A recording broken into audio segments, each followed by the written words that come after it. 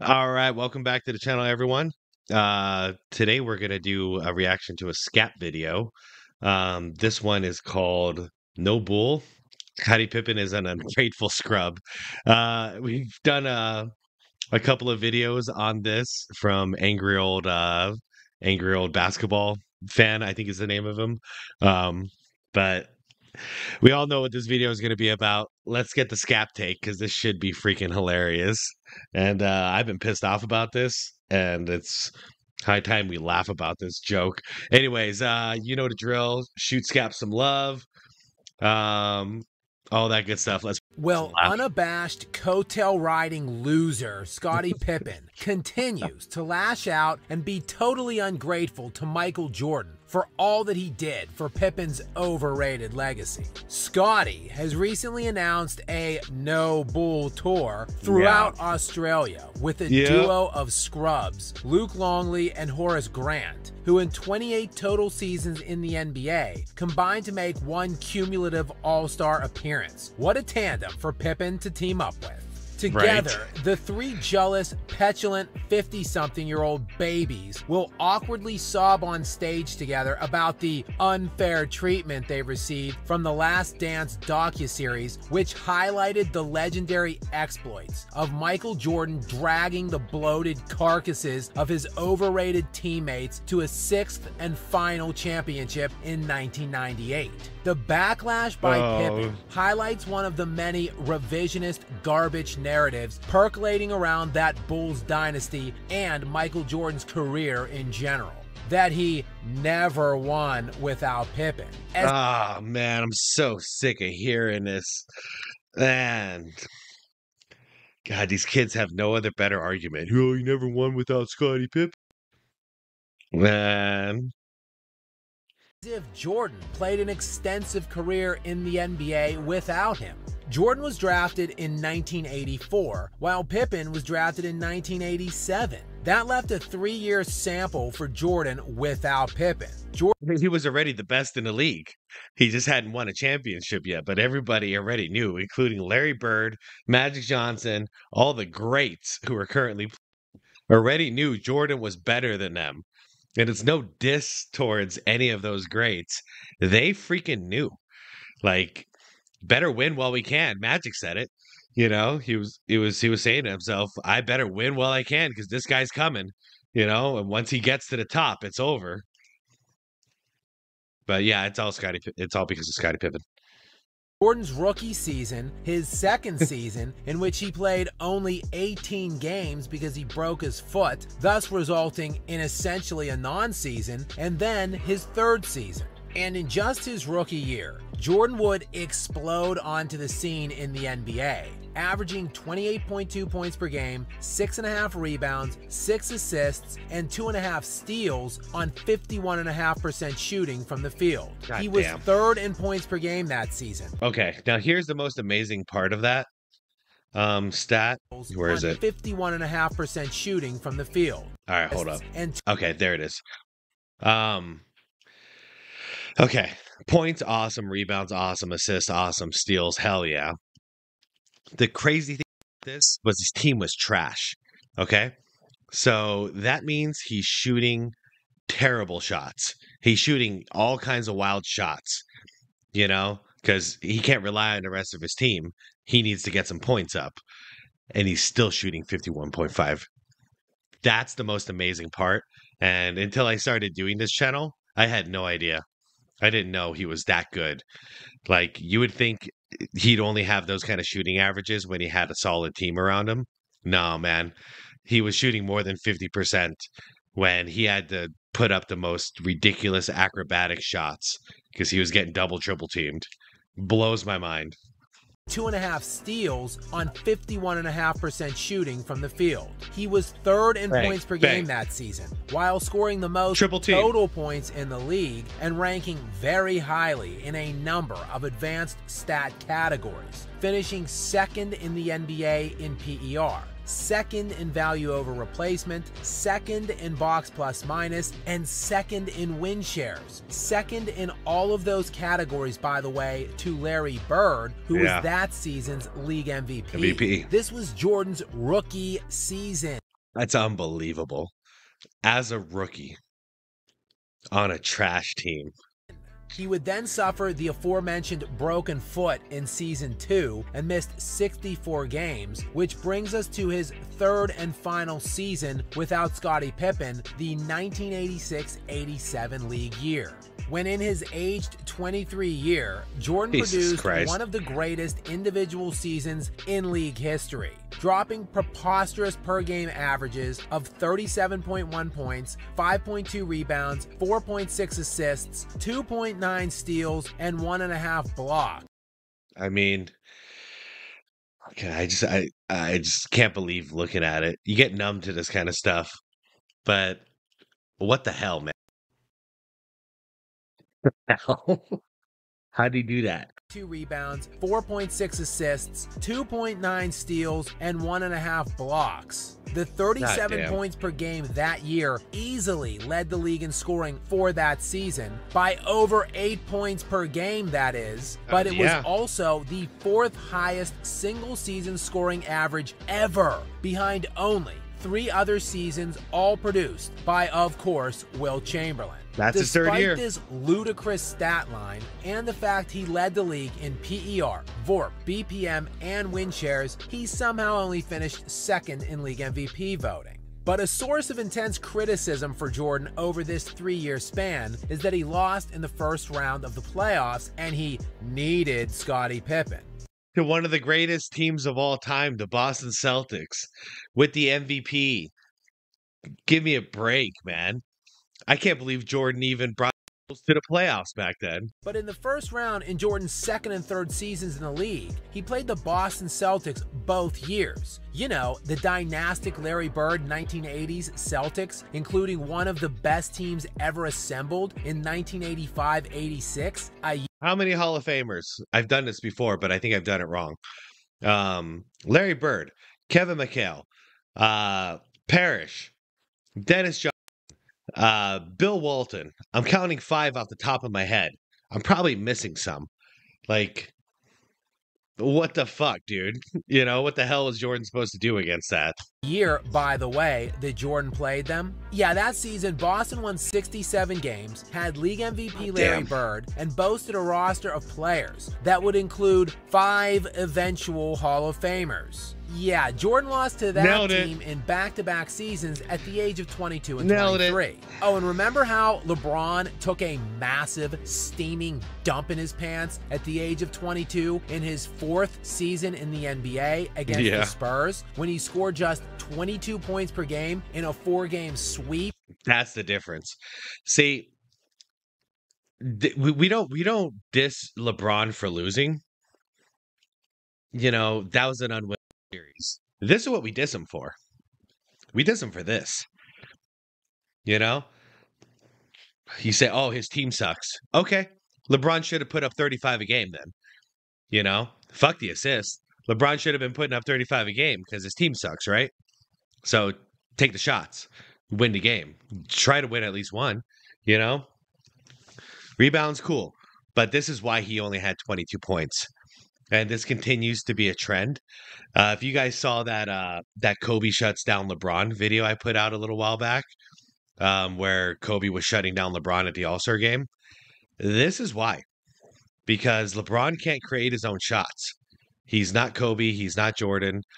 So, you know, he can't go out there and put up 40 points whenever he wants to when his team needs it. He can't do it.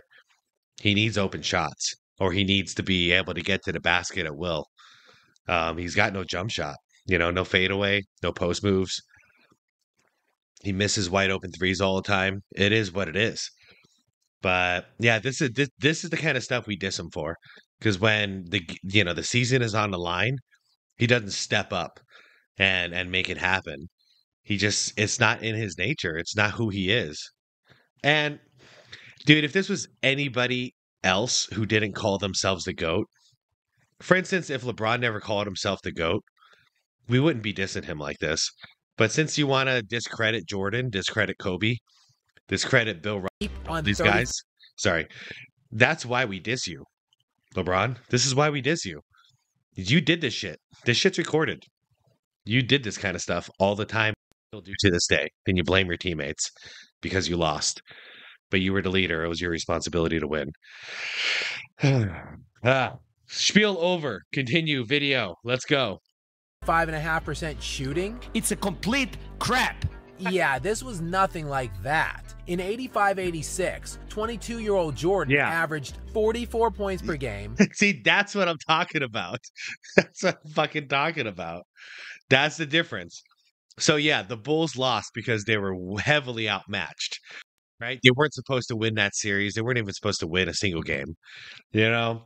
Going against 5 Hall of Famers in their prime and the MVP. You're fucked, Jordan. I don't care who you are. No one person can do this. But what did Jordan do? Everything humanly possible is what he did. Everything he could humanly possibly do while still shooting over 50%. 43.7 points. Good freaking Lord. 6.3 rebounds, 5. And that's respect. That's respect. Because even in loss, you can be respected if you ball out. You give it all. And then when he lost, he didn't blame his teammates. You know? He didn't blame his teammates afterwards. He didn't do it. Even though he put up half of their points. He didn't do it. 7 assists on 50.5% shooting in a performance that prompted that season's league MVP and eventual NBA champion Larry Bird to call 22-year-old second year in the NBA Michael Jordan a god. The next season in the God wearing basketball shoes. I remember that. 1987 playoffs against the same Celtics team, Jordan would average only a meager 36 points, 7 rebounds, and 6 assists per game. Yeah, clearly he needed Scottie Pippen, or just any other single competent fringe all-star level teammate. As Jordan's best player in those first 3 seasons, he needed anybody. A Lamar Odom would have done it. A Pau Gasol, anybody. He just needed one other person to lean on a little bit. It didn't matter who. It didn't matter who. Scottie Pippen just got chosen, and he stepped up for a couple of years. He did really good, but it could have been anybody else who was hungry in Scottie Pippen's shoes. Jordan was going to do 80% of the heavy lifting. Somebody needed to do 10%, and then the rest of the team can fill in the other 10%. Was Charles Oakley, who dropped a career scoring average of 9.7 points per game while being named an All-Star one single time in his entire 19-year career. He needed someone better than Oakley. He needed someone better than Oakley. Mind you, he did not play with Michael Jordan. Anyway, that guy was MJ's second best player when he was in his early 20s, and he actually gets criticism for not beating a team with 5 Hall of Famers on it. I know all you kids out there who watch this, stop it. Just fucking stop it. Stop doing that. If you're about to do a street fight, you versus 5 big dudes, you know? Do you want people to make fun of you because you just got jumped by 5 big dudes? You know, but you held your ground. You took a couple of them out. You know, you did your best, but then you got your ass kicked by the end of it. How would you feel if at the end of that, people are still making fun of you? Like, oh, you couldn't beat all 5 of them, you little bitch. You suck. That's what this was like. Jordan against 5. 1 against 5. But luckily for Mike, his savior was drafted in 1987. And Scottie Pippen, just like Jordan, came in and started dominating the league immediately. I'm sorry, your time's run out. No, that didn't happen at all. In Pippen's rookie season, he was barely a factor at all, averaging 7.9 points per game, 3.8 rebounds, and 2.8 assists. Meanwhile, that very same season, coincidentally, Jordan was named First Team All-NBA, First Team All-NBA Defense, League MVP, Defensive Player of the Year, and led the league in scoring and steals, while playing in all 82 games and leading the league in minutes per game at 40.4, while dropping an eye-popping line of 35 points, 5.5 rebounds, 6 assists on 53.5% from the field. And damn, Jordan, 53.5%? Damn. Still, the only time in organized professional basketball history a Defensive Player of the Year also led the NBA in scoring. Yeah, that was the God tier year. He was the God that year. Like, no human could have done what he did. I still don't understand it to this day. How did he pull that off? Unfortunately for Jordan, right as the legendary 80s Celtics were finally in decline, this season would mark the ascension of another historically great team. It would be the start of a 3-year Look at that shit. Look at that shit. Man. Where Jordan would run up against the Detroit Pistons 3 years in a row from the 1988 to 1990 postseasons. A Pistons team that had 3 Hall of Famers on it in Isaiah Thomas, Joe Dumars, Dennis Rodman, and also Bill Laimbeer, who while not in the Hall yet, is a 2024 nominee, which would make it 4 Hall of Famers on this team. A team that went to 3 straight finals and won back-to-back titles. And in the 89-90 playoffs, Jordan lost in the Eastern Conference Finals to this team in 6 and 7 games, while the Pistons would then go on to dominate the finals both seasons, sweeping the Lakers in 89 and beating the Trailblazers in 5 games in 1990. 2 teams Jordan would beat over the next few seasons for his first and second titles. If only he had more help early on, who knows how many more championships Jordan would have had. Straight up. I mean, at least 7 if Scottie didn't have that migraine. And what was it, 89? At least 7. Alas, all he had was bum-ass scrub Scottie Pippen, who in the Eastern Conference Finals series against Detroit in 1989 was able to contribute 9.7 points per game, 7.3 rebounds, and 3 assists, while Jordan easily led the team in scoring with per-game averages in this series of 29.7 points per game, 5.5 rebounds, 6.5 assists. And that's with the Jordan rules in full effect. They were beating the hell out of him. He still did it. The next year, in 1990, the Bulls would push the defending champion Pistons to a 7th game in the Eastern Conference Finals. In that Game 7, Jordan had 31 points, 8 rebounds, and 9 assists. While his savior that he needed to win all of these championships, Scottie Pippen, scored 2 points on 1 of 10 shooting in 42 minutes played. Oh, what a loser! Man, thank God Mike had Pippen to carry him to all of those rings. But finally, by the age of 25, Pippen was ready to stop crapping in his panties every year in the playoffs and provide Jordan a viable second option. And accordingly, Jordan would win 3 consecutive... Fucking Scap, dude. Fucking Scap. I can't believe he's just going straight at Scottie. He's not even bringing up Horace Grant or Luke Longley in this. Like, I wonder if he's going to do a 3-parter or something, because he's just going at him. Championships. In those 58 postseason games over that span of time, from 1991 to 1993, Pippen was good, averaging 20.3 points per game, 8.2 rebounds, 6.1 assists, and 2.1 steals. Yeah, his shooting percentage was always pretty low, but outside of that, those 3 years and then the 1 year Jordan was gone, Scottie was fucking phenomenal. And that was it. You know, the half a year or whatever, 3/4 year before Jordan came back, he was declining. And then once Jordan came back, he let MJ just carry the load. And Scottie was never the same after after all this. Him in Portland, him in Houston, it was a train wreck. On 47.8% shooting. But yeah, to be fair, for 3 years, Scottie Pippen was a badass. I'm sorry, 4 years. 4 years, Scottie Pippen was a badass. I mean, points. He was a fantastic number 2 guy. Fantastic.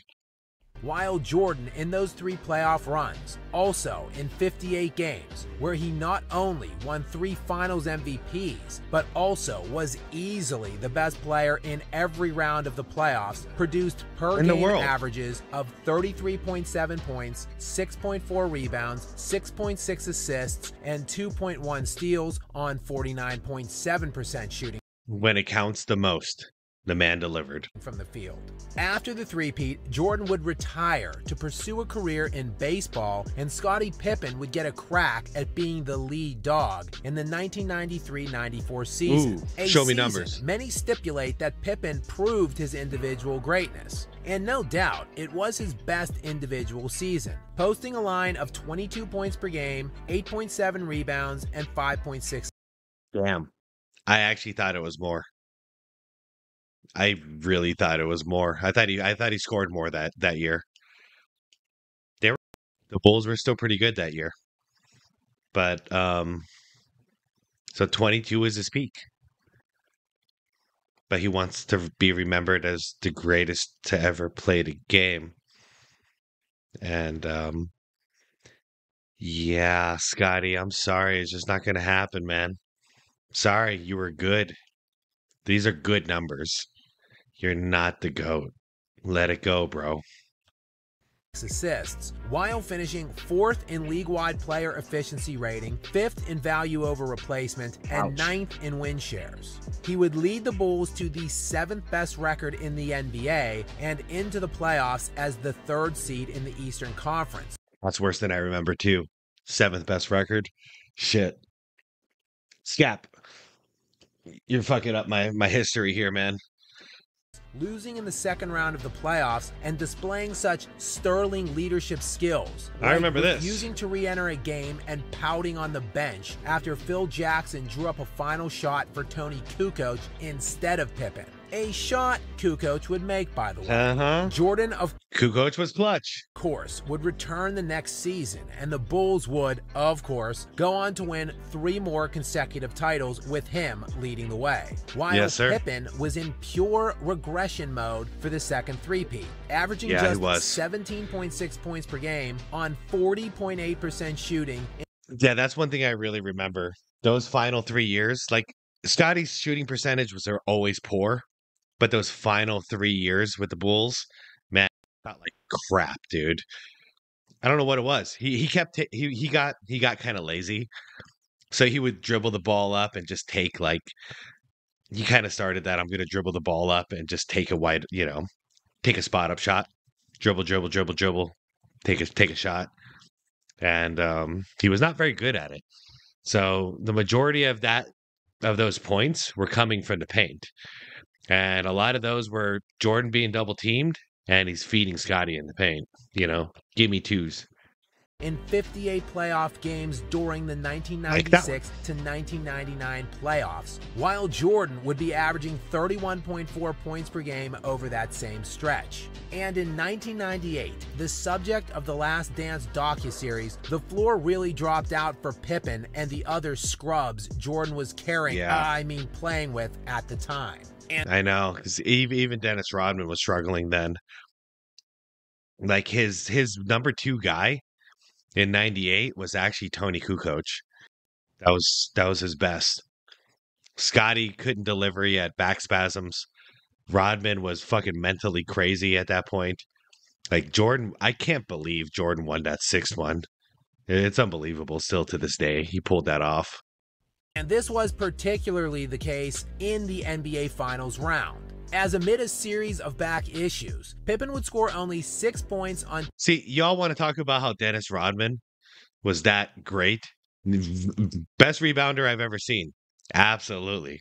Dennis was a beast. In this context, did you notice who's starting? It was Tony Kukoc, bro. So, it wasn't Dennis Rodman at that point. And that has nothing to do with Dennis's skills. It has to do with his brain. Same thing that got him kicked out of Detroit. Same thing that got him kicked out of San Antonio. And then later with the Lakers. And then later with Dallas. He wasn't mentally stable anymore. It is what it is. But yeah. Everyone wants to credit Pippen and Rodman so much. But, dude, Jordan was alone on an island praying that Tony Kukoc would help. only 6 points on 2 of 16 shooting in Game 5, and in Game 6, he would manage only 8 points in 25 minutes. Tony Kukoc was the second leading scorer for the Bulls in that Game 6 closeout with only 15 points. Yeah. And he would be the only Bulls player. Imagine that. His number 2 guy is putting up 15 points.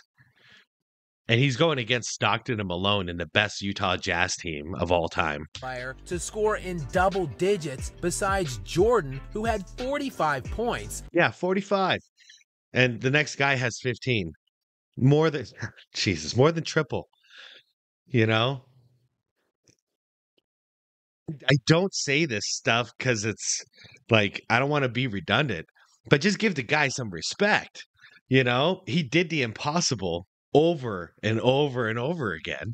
And legendarily, the steal to set up his own game-winning shot. Thank God for these elite teammates. Thank you, Scottie Pippen. Overall, in 17 seasons, Scottie Pippen averaged 16.1 points, 6.4 rebounds, and 5.2 assists per game while making 7 All-Star appearances and being named first-team All-NBA 3 times. Jesus. For comparison, this is Chris Bosh's 13-year NBA averages for a career where he was selected as an All-Star 11 times. And while no one is saying Chris Bosh is better than Scottie Pippen, Bosh was closer to Pippen than Pippen is to Jordan. And yet Pippen was named as a top 50 player all time. This guy should get down on his hands and knees and give daily thanks and praise that he was lucky enough to be the one serviceable All-Star that got to ride Jordan's coattails. Instead he's going to go on tour and bash him. Instead, though, he will be taking his bum ass on a no-bull tour around Australia, slandering the greatest player of all time with his other fellow scrubs. Yep. Well, he did his job. He fucking nailed him with nonstop stats. I love Scap. All right, guys. Send Scap some love. Shoot me a like and subscribe and a comment and all that. Dude, I don't even know what to say about this one. That was fun. Thanks for watching, everybody. I'll see you all in the next one. Peace out.